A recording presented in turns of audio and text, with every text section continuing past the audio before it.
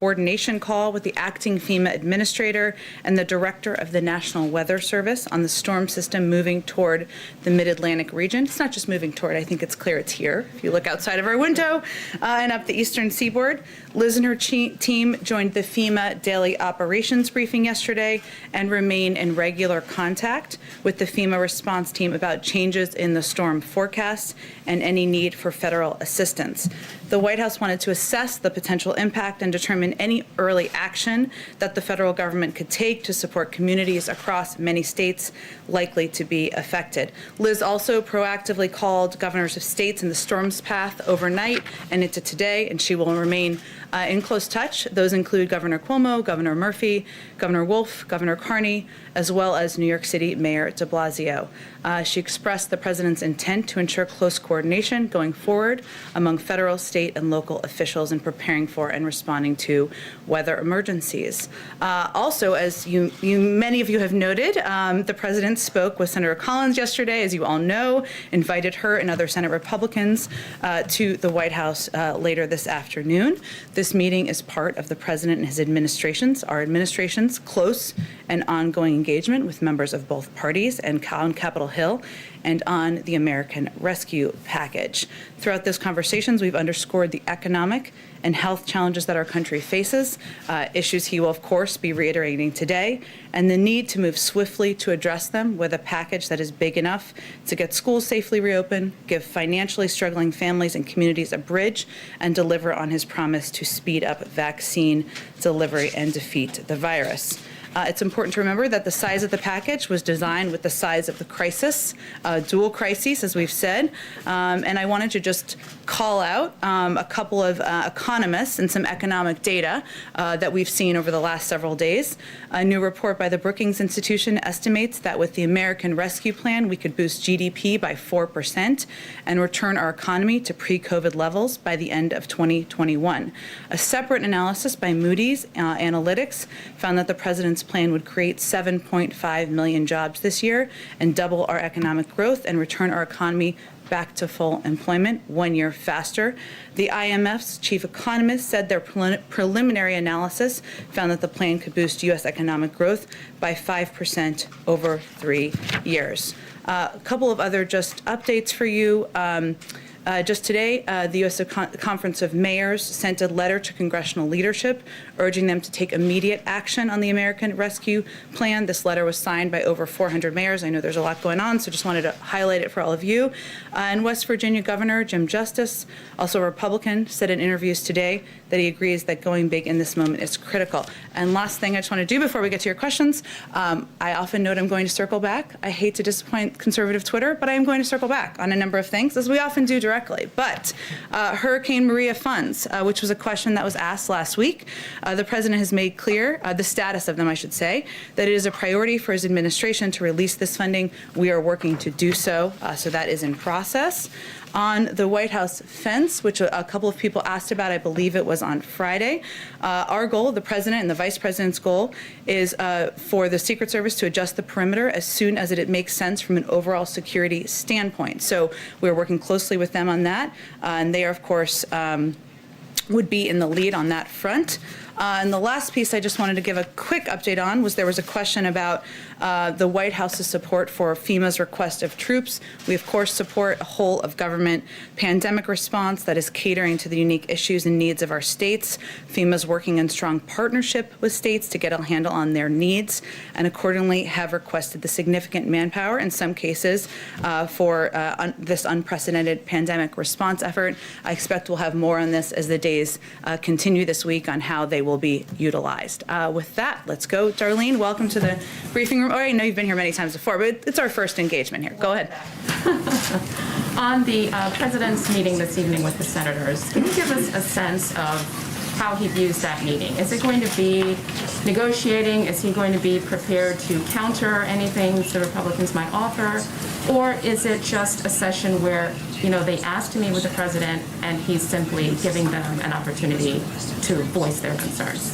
Well, the president has been clear since long before he came into office that he's open to engaging with both Democrats and Republicans in Congress about their ideas. And this is an example of doing exactly that. So as we said in our statement last night, it's an exchange of ideas, an opportunity to do that. This group obviously sent a letter with some outlines, some top lines of their concerns and their priorities, and he's happy to have a conversation with them.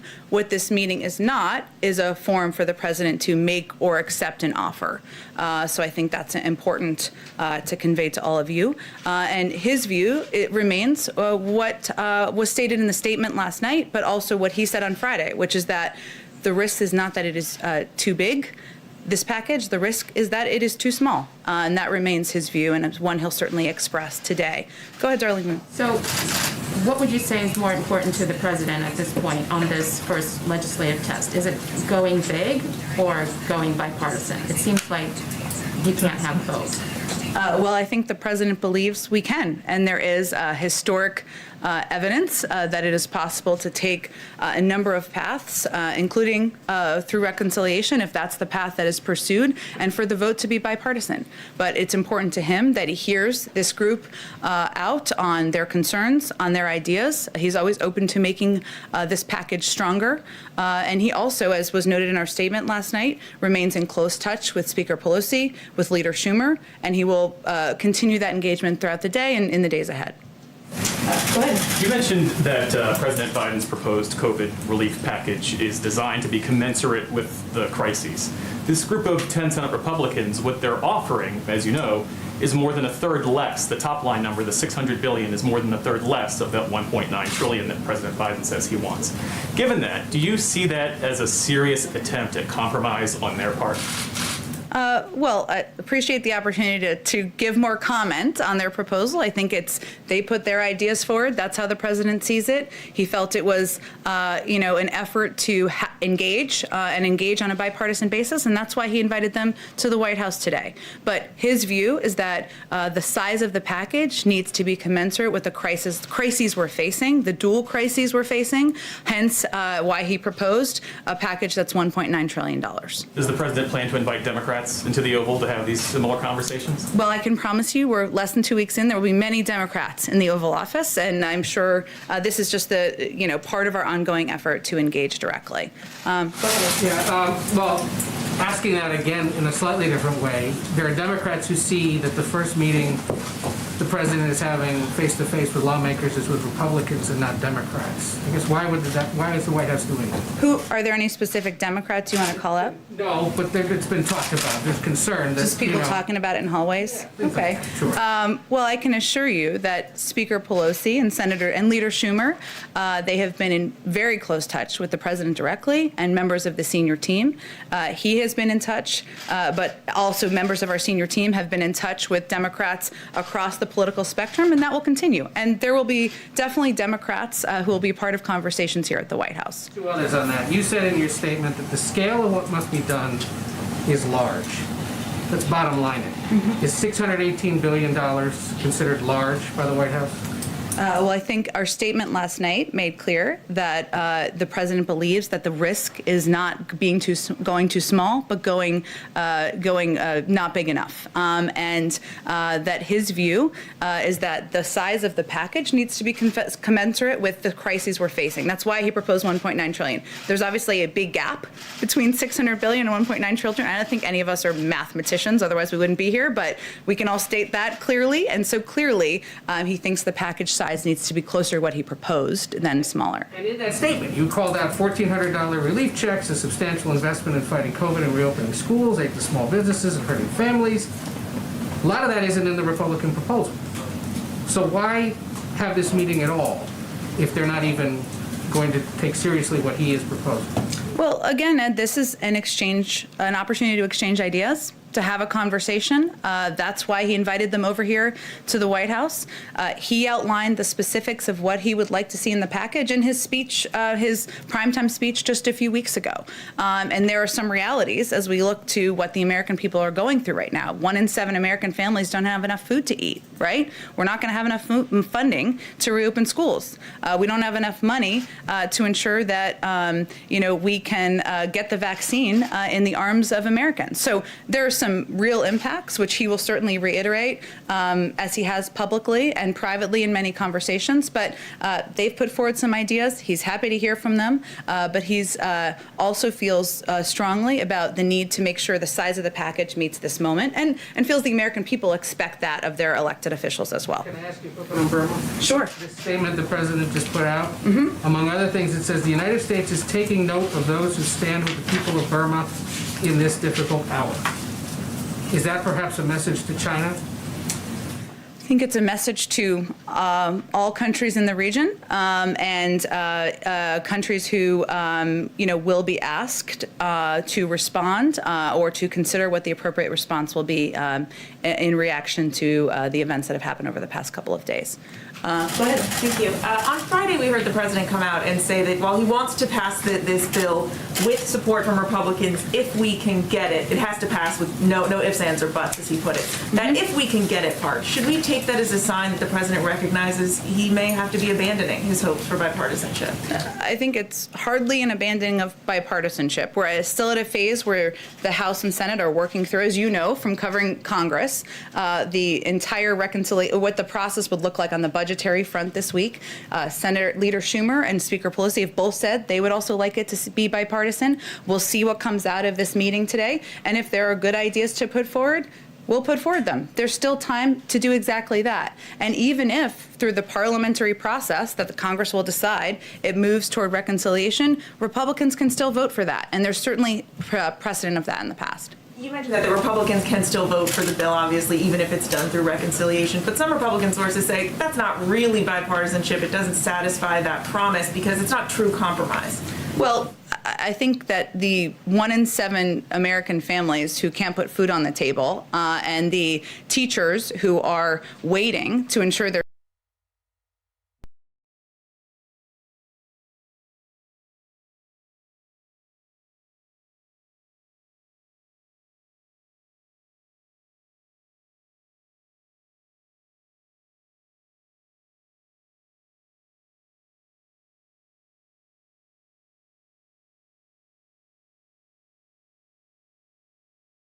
Get unity on this issue, it's going to be much harder to achieve down the road on other issues. The president is confident that issues like reopening schools, getting shots in the arms of Americans, ensuring people have enough food to eat are not just Democratic issues. He takes his former Republican colleagues at their word, of course, that they're committed to these issues too. And that's why he wants to have the conversation.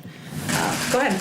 Thanks, Jen. I want to ask you about GameStop. Some lawmakers have proposed legislative reforms like restrictions on short selling and financial transactions tax, that the latter of which President Biden supported during the 2020 campaign. So I want to ask you now if the White House would support actions like those to address the situation.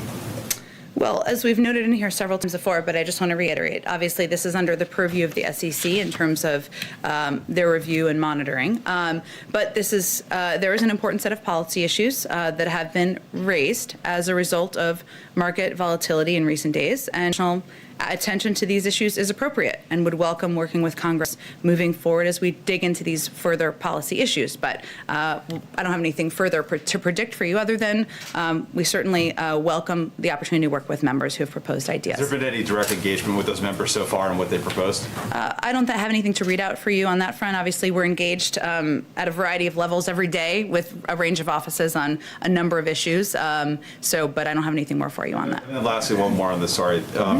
So there's no confirmed members right now on the Financial Stability Oversight Council. And is it the White House view that lack investor protection and fair and efficient markets, that's where we think the purview is. Negotiations to end. How urgent is this? If these benefits are going to end in the middle of March, how much time is there to have these types of meetings, as you say, with Democrats and others that may want to take part? It's incredibly urgent. And as you noted, there is there are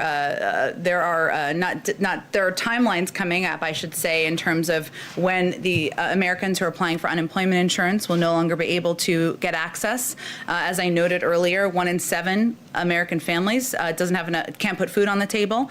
We need to plan for how we're going to get more vaccines in the arms of Americans. We need to have funding to help public schools have the preparations needed to reopen. So there is urgency. This is what the president is spending his time on, as evidenced by the meeting later today, and what the majority of our senior team is focused on at this moment. But there is still time to make changes, to continue to have a discussion, and that's why we're kind of escalating the number of meetings and engagements we're having through the course of this week. On Burma, if I can, on the president's statement that he put out, he says the reversal of progress will necessitate an immediate review of our sanctions laws and authorities, followed by appropriate action. Is the appropriate action related solely to sanctions, or what other type of response may be on the table? Well, I think that's why that was called out in the president's comments. As you know, we removed sanctions, the United States, I should say, removed sanctions on Burma over the past decade based on progress toward democracy. The reversal of that progress will necessitate an immediate review of our sanctions laws and authorities, followed by appropriate action. So that's why he called it out. I don't have any additional steps beyond that to predict for you at this point in time. Go ahead. Some Democrats are hoping to repeal the $10,000 cap on state and local tax deductions in the COVID bill. Does the president support those insertions? And more broadly, does he support a general repeal of that deduction? The president supports Democrats and Republicans putting good ideas forward and having a discussion about them and determining how we move forward with urgency to get this plan passed. But I'm not going to negotiate from here. Sure. Senator Manchin was a little upset with some comments the vice president made on a local television show. Has the White House reached out to him in any way to kind of clear the air? We've been in touch with Senator Manchin, as we have been for many weeks, and will continue to be moving forward. And not only is he a key partner to the president and to the White House on this package, but on his agenda, and we will remain in close touch with him. And last question on Burma. In regards to Myanmar, what, if any, efforts are being made to coordinate a response with allies such as Japan, EU, and Britain? And has there been any contacts with China to discuss the situation? We have had intensive consultations at multiple levels with allies and partners in the region and around the world. I would expect many of those would come through the State Department, so I'd certainly refer to them for more specifics. Hans. Yeah, if I could just follow Burma. In your statement last night when you said you might take action, you referred to it as Burma and Myanmar. Mm-hmm. And in the president's statement just now, he only uses Burma. Is that indicative of a formal shift of the United States government on how we are to refer to that Southeast Asian country?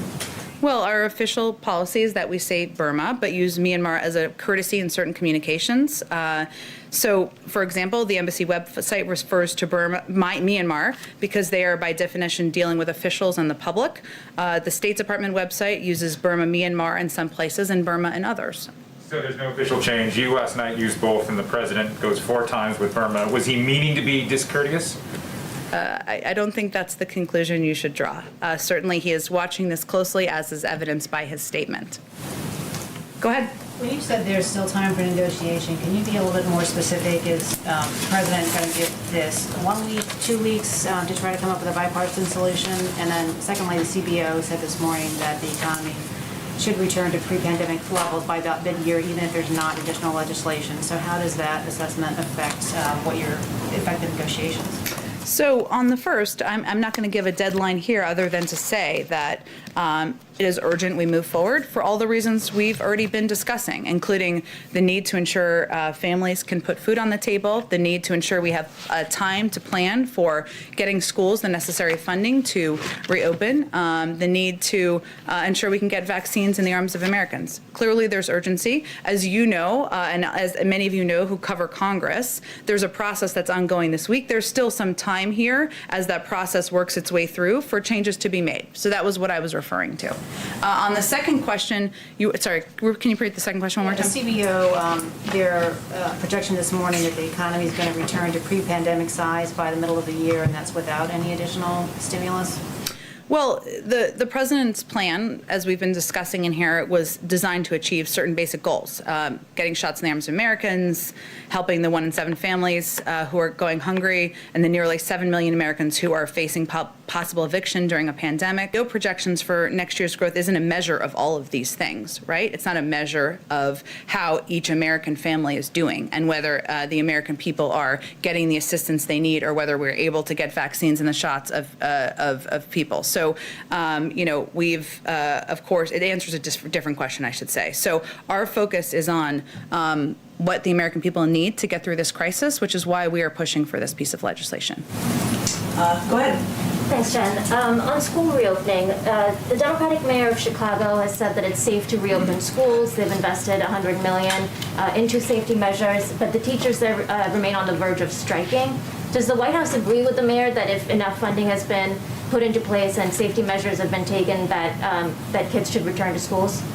Well, let me first say the president has enormous respect for Mayor Lightfoot, and he has also been a strong ally to teachers his entire career. Of course, as you know, Dr. Biden, his wife, is a teacher, so even in his home. He trusts the mayor and the unions to work this out. They're both prioritizing the right things, which is ensuring the health and safety of the kids and teachers and working to make sure that children in Chicago are getting the education they deserve. So he is hopeful, we are hopeful, they can reach common ground as soon as possible. White House have a role to play here, though, with Chicago and other cities in terms of mediating these negotiations and getting kids back to school? We certainly remain in touch with a range of parties, but again, we hope that they can come to common ground soon. And just lastly, on the overall COVID relief package, in terms of understanding what the White House means by bipartisan, would you consider a bill bipartisan if it doesn't have any support, Republican support in Congress, but it has support among Republican voters? Well, I think you touched on an interesting point, which is that 74% of the public, according to recent polls, supports this package and the key components of this package. Democrats and Republicans. We just saw the Republican governor of West Virginia come out earlier today and advocate for a big package. So, when the president talks about unifying the country and bringing the country together, he's not suggesting that he is going to make one party out of the Democratic and Republican parties in Congress. But he is meeting with Republicans today, 10 Republicans who have sent this letter, because he feels they made a good faith effort to put the top lines of a proposal forward, and he wants to have that engagement and encourages that sharing of ideas. So I don't think it's an either or, but I think it's a both, and we certainly feel that the components that are in this package are the basis of what should garner bipartisan support. So based on the polling you cited, if there's not enough Republican support in Congress, would that be considered bipartisan based on the measures he's setting for himself? I will let you be the judge of that. Go ahead. Thank you very much, Jen. I have a question for one reporter who couldn't be here because of social distancing. This is a question from Cleve Wootson from the Washington Post. What kind of preparations went into Vice President Harris's interviews with West Virginia stations last week? I'm not sure what your question is. What preparations went into Vice President Harris's interviews with local stations? Like, how did your team prepare her, or can you be more? Was it part of a larger White House strategy to put pressure on politicians in West Virginia? Our focus, the bottom line is our focus is communicating with the American people about how the American Rescue Plan can help put food on the table, can help ensure we can get vaccines in the arms of Americans, and help send kids back to school. That's our overarching objective with all of the communications we do. After Senator Manchin's criticism of that interview, did President Biden personally speak with Senator Manchin? As I noted before to an earlier question, we're certainly in touch with Senator Manchin and his team, as we have been for some time and will continue to be, and he's an important partner as we look to move forward on this package and, of course, all of the president's agenda. And I have a question about the meeting with Republican senators today. The proposal that they put forward would take the over $300 billion in aid to states and local governments that Biden has put forward and zero that out. There would be no aid in their proposal to state and local governments. Is that a non-starter for President Biden? I mean, can he even move forward with a proposal like that? Well, there is a reason that that funding was in the initial proposal, including, sometimes the definition of calling it state and local means people don't know what it means, right? It is, and I'm not suggesting you're doing that. We've probably shorthanded it too. That is funding for firefighters, for, local communities, for enabling them to help get through this period of time. I'm not going to outline for you what the red lines are from the podium when there's discussions that are ongoing. But again, the reason that each component was put in the package was because economists, health experts, many that the president and others consulted with felt there were essential components to help get the American people through this period of time. Can I follow up on that state and local? Sure. Republicans are pointing to a J.P. Morgan report that most states haven't had a drop in tax revenues, and some states have seen an increase in tax revenues as an example of why that state and local tax relief or state and local relief isn't needed in this latest package. Well, again, I think our objective is to focus on not J.P. Morgan reports, but what state, local governments and others are telling us they need to ensure that the people in their districts, the resources in their districts, the people who are making government function in their districts have the funding and resources they need. Go ahead. Hi, Mish. Hi, how are you? 2 questions. The first is, does the president support House Democrats moving forward with the process of reconciliation today? There's some reporting that they're waiting for the guidance from the White House. The president, as was noted in the statement last night, is grateful for the urgency and the pace at which they're moving. And as you know, this process can take a little bit of time. But he certainly supports them moving forward to move a package ahead. But again, the process through the mechanics through which they move is up to them. He's leaving it up to them, and he believes that there is still room for bipartisan support for this package, which is why he's having this meeting today, and why he'll remain very engaged himself, and why he's asked his senior team to remain very engaged in the days ahead. Follow-ups to that, just with reconciliation, is there a timeline that this White House is looking at as, okay, now we have to move forward with reconciliation? You keep talking about how urgent it is. I'm wondering if there's a deadline in the White House's mind or in the president's mind to say, okay, we have to move forward at this date. Again, urgent means urgent. It means this is going to be the focus of the president, the vice president, his senior team. Hence, he's having a group of Republican senators here later today. He will continue to be closely engaged with not just Speaker Pelosi and Leader Schumer, but a range of Democrats, as will members of our team. And the fact that he's spending so much time on it, and our team is, shows you how much of a priority it is here. I asked you about COVID. I know there was a COVID briefing today, but one statistic that really stood out to me, and probably to a lot of Americans, is about 47% of vaccinations are coming in with racial data. That means more than 50% don't have racial data. I'm wondering if the president has a fix for that, if there's a legislative or a policy change that's going to be made, because I'm wondering how you ensure that the vaccine is given equitably if you don't know who's getting it.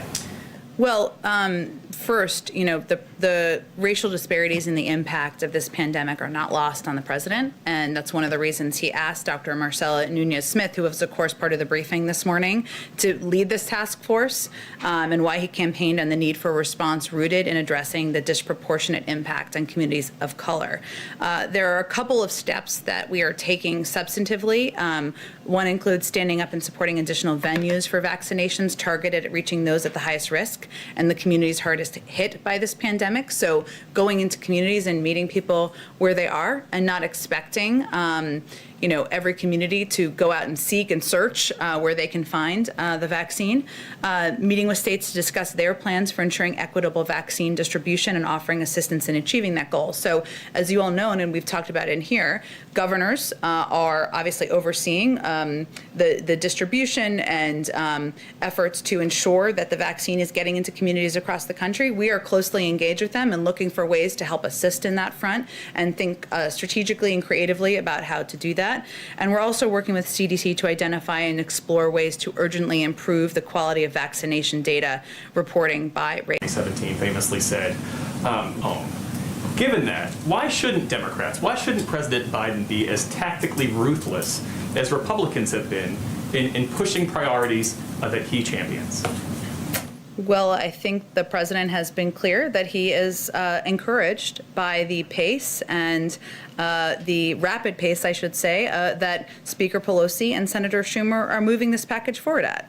At the same time, as you know, there is time because this process can take a bit to make changes as needed. And he wants to be a part of those conversations. Hence, he invited Republicans to do that exactly here today. I can't speak to Senator McConnell's role or commitment or point of view or anything. Concerns among some Democrats that he'll either misuse it or leverage it to enrich himself. This is a good question. I've raised it with our intelligence teams, or our national security team, I should say. It's something, obviously, that's under review, but there was not a conclusion last I asked them about it, but I'm happy to follow up on it and see if there's more to share. Go ahead in the back. Right, thank you, Jen. Last Friday, a few dozen men from the white supremacist group Patriot Front were filmed marching on the National Mall toward the Capitol. What is the administration's latest threat assessment on white supremacist groups like this coming to Washington? Is the threat seen as increasing? Well, I think the fact that there was a tasking done through our national security team on domestic violent extremism that is going to review all activity that could pose a threat, including the activities of white supremacists, tells you what a priority is and tells you that we believe that there is more that needs to be done and a greater assessment. So that review is ongoing. As soon as it's concluded, I'm sure we'll have more to share with all of you about our view at this point in time. Go ahead. Thanks, Jen. On just a bit of a housekeeping matter, since the Senate delayed its confirmation vote on Alejandro Mayorkas, does that mean that the immigration rollout that you guys have linked to that confirmation is going to be pushed back as well? Well, we are certainly hopeful he will be confirmed tomorrow, and we have every intention of moving forward tomorrow with the immigration executive actions that we have discussed in here a bit. Go ahead in the back. Thank you. Last week, a statue of Mahatma Gandhi was desecrated, vandalized in the city of Davis in California. There is outrage among the Indian Americans, others followers of Gandhi in this country. Does the president knows about it? Does he have any thought? And this for the third time this has happened in this country in last 1 year. Last 2 times what happened in this city itself in Washington, D.C. Well, we certainly would have concern about the desecration of monuments of Gandhi, and that's certainly what we would express. Were you sorry, what was the last part of the question you were asking? Does the president knows about it, and what are his thoughts on it? If there's more to share on the president's point of view on it, I'm happy to get back to you on that. But certainly we would, condemn that desecration and watch it closely. One follow-up on Burma, logistic question. Do you recognize the new army leadership in Burma, or you don't recognize that the legitimate government in Burma? Well, I think our statement makes clear what our view is on the events of the last few days and where we stand with the declared new government.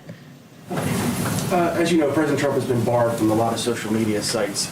Just curious whether you think his absence has made your job any easier or the White House's job any easier as it kind of goes forward on these COVID negotiations. In what way? He'd create a lot of noise, right? He would have a certain gravitational pull with Republicans who may be more inclined to take a harder position. Wonder if that's been anything that you guys have thought about or kind of considered. This may be hard to believe. We don't spend a lot of time talking about or thinking about President Trump here. Former President Trump, to be very clear. I think that's a question that's probably more appropriate for Republican members who are looking for ways to support a bipartisan package and whether that gives them space. But I can't say we miss him on Twitter. Does President Biden support the continuing ban of President Trump on their sites? I think that's a decision made by Twitter. We've certainly spoken to, and he's spoken to, the need for social media platforms to continue to take steps to reduce hate speech, but we don't have more for you on it than that. Particular way that the president is trying to keep touch with basic everyday Americans, such as getting a sampling of letters that are sent to him, as some past presidents have done, especially as it relates to the pandemic? That's such a good question. He is looking to remain engaged. It's hard when we haven't done any travel yet, and we're certainly hoping to do that at some point in time to engage with Americans more directly. I don't have anything specific. He does receive, of course, letters. It takes some time for them to come in. As you know, they kind of go through a process once they are arrive at the White House. That's something he's eager to have access to. Obviously, there's also many ways to provide feedback or input to the White House, which he's eager to receive too. But let me see if I can get more detail for you on that. Go ahead, Darlene. Another housekeeping question. Do you know if all 10 senators are coming to the meeting this evening? It's a great question. They're all invited, but are they all coming? I don't have a official manifest, but we will venture to circle back with all of you on that after the briefing. Then if I can ask another one on Burma. The president's statement that just came out, he's calling on the international community to come together in one voice to press the Burmese military to reverse what they've done. But do the events at the Capitol on January 6th make it harder for the United States to be part of this international community that he's calling on? Look, I think President Biden, I don't think the international community sees President Biden as a root of the events on January 6th. And certainly he has made every effort through conversations directly with partners and allies, through how he has spoken publicly in disgust about the events on January 6th, and through his own commitment to restoring rule of law, democracy here in the United States. The United States remains a country in the world that is looked to for leadership, and it's going to take some time, but he's certainly committed to doing that. Thank you. Go ahead. Another housekeeping related to the Capitol. Does the president or anyone else here plan to visit Wednesday to pay respects to officers' sick leave? I will check on his schedule for you, Ed, and if there's more to outline for you. Go ahead, Hans. You may get into this tomorrow if we have an immigration preview or later tonight, but if for unaccompanied migrants arriving at the border now, after that appeals court decision, are they being turned away right now? We're going to have a briefing tonight for all of you on our actions tomorrow, and the president will have more to say. So I'll refer to that. Is that going to be one of the subjects, one of the items that's going to be discussed? I'm not going to preview it more for you. We're still kind of doing the final review, believe it or not. But we'll have a briefing tonight in advance of our announcement tomorrow. Thanks, Joe. Great. Thank you, everyone.